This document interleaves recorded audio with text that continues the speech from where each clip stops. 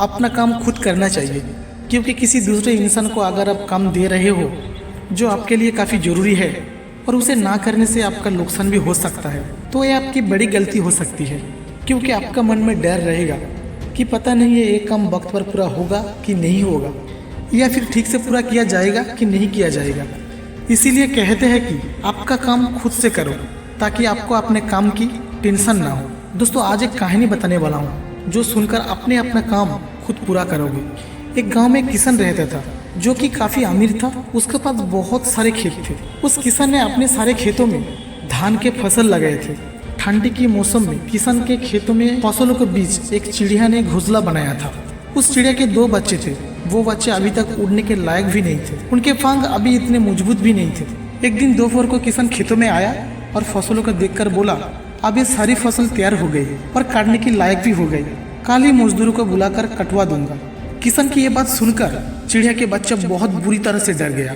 शाम को जब चिड़िया बच्चे के लिए खाना लेकर आई, तब उनसे देखा कि बच्चे बुरी तरह से डरी हुई थी। चिड़िया ने बच्ची को पूछा, क्या हुआ?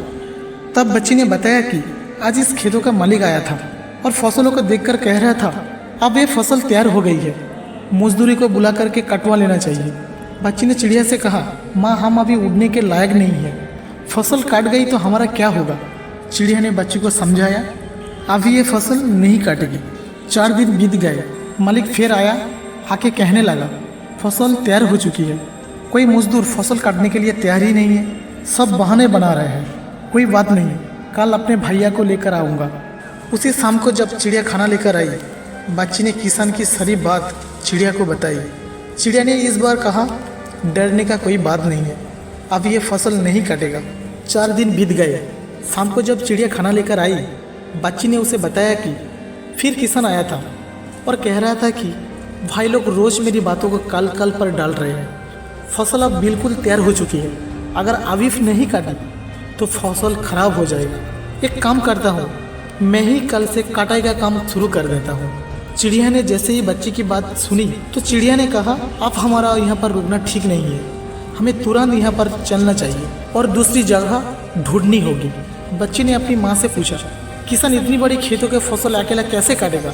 उनके साथ तो उसका भाई भी नहीं है और उसका मजदूर भी नहीं है, फिर हमें डरने का क्या ज़रूरत है?